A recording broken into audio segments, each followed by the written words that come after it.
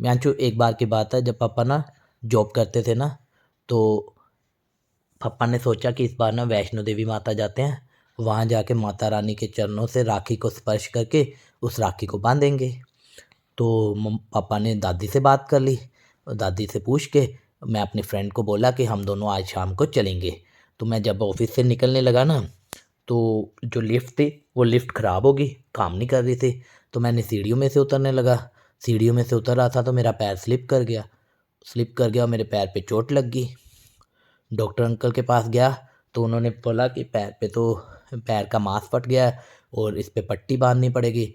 इतनी बड़ी पट्टी बांध दी और बोला कि 2-3 डेज ना मेरे को रेस्ट करनी पड़ेगी। मैंने उनको बोला कि अंकल ऐसा नहीं होगा, क्योंकि आज रात को तो मैंने कहाँ जाना है, वैष्णो देवी जाना है। तो मेरे वो कहता तेरे से तो चला नहीं जाएगा, तो तू वैष्णो देवी कैसे जाएगा। मैंने कहा वो तो चलो देखेंगे। मैं घर गया और वहाँ ना आपकी मीना बूजी आई हुई थी।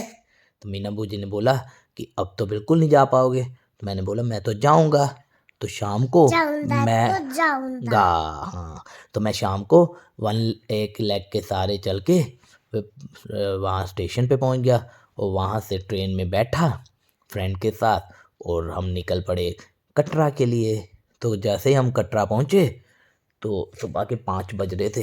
तो धीमे धीमे करके मैं वहाँ तक पहुँचा, कटरा के मेन लोकेशन पे, जो गोल चौक होता है वहाँ पे वहाँ पहुँच गया था।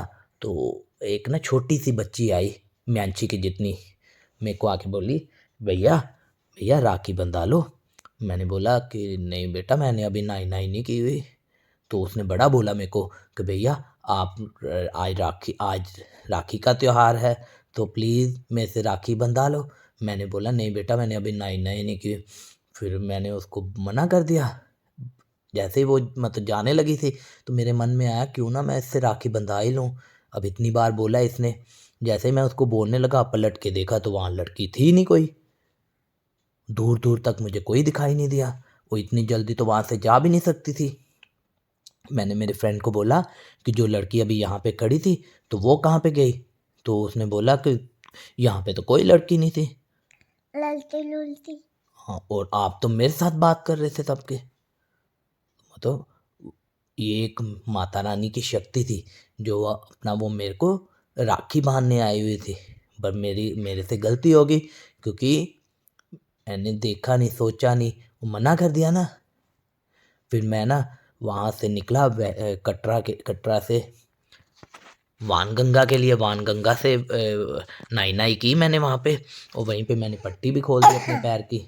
उसके बाद मैं गया चरण पादुका माता के माथा टेकने। चरण पादुका को माता को माथा टेका और मैंने बोला कि हे माता रानी, अब मैं आपके सहारे ही आगे का सफ़र करूँगा, क्योंकि मेरे पैर पे चोट लगी हुई थी ना। तो मैंने बोला अब आपने ही मुझे आगे लेके जाना है, अब आप देखो कैसे लेके जाना मुझे।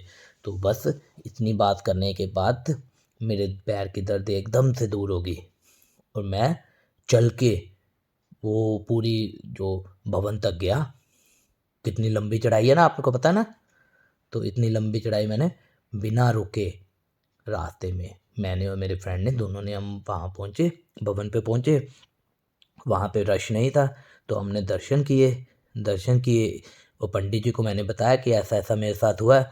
तो उन्होंने ना खुद जो मैंने लेके गया हुआ था ना राखी के धागे, वो उन्होंने माता रानी के चरणों से स्पर्श करके मेरे को दिए और मेरे को कहा इसको बांध लो। मैंने उसको बांध लिया। उसके बाद हम वहाँ से दर्शन करके बाहर निकले और 5 टाइम मैंने उस दिन दर्शन किए। पहली बार है कि 5 टाइम कोई दर्शन कर पाता माता रानी के, नहीं तो वैष्णो देवी माता पे कोई भी इतनी बार दर्शन नहीं कर पाता।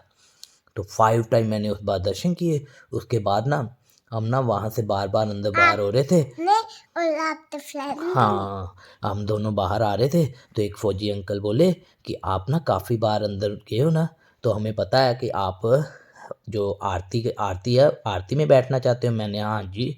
तो कहते हैं आरती का टाइम है 7 बजे का और उस वक्त रश होना शुरू हो जाता है, तो 7 बजने में सिर्फ 2 मिनट पड़े हैं। तो भागो और जल्दी से जल्दी 3 नंबर गेट पे पहुंच जाओ, वहाँ से आरती के लिए लाइन लगेगी। मैं और मेरा फ्रेंड वहाँ से भागना शुरू किया। मैं चला नहीं जा रहा था मेरे से, तो मैंने दबादब भागना शुरू किया, माता रानी का नाम लेके आगे पहुंचा तो जो पुलिस वाले आगे मुझे बार बार अंदर भेज रहे थे ना, उन्होंने रोक लिया, कहते लाइन में आओ। अब इतनी लंबी लाइन, कम से कम मैंची 1000 पीपल होंगे वहाँ पे। तो मैंने कहा इतनी लंबी लाइन होगी, मैं कहाँ अंदर जा पाऊँगा। तो मैं माता रानी अब कुछ तो कर, मेरे को आरती में भी बैठना है। अब नहीं राखी बंधवा पाया, आरती में तो बिठवा दो। इतनी देर में ना पीछे 2 लोग आपस में लड़ने लग पड़े।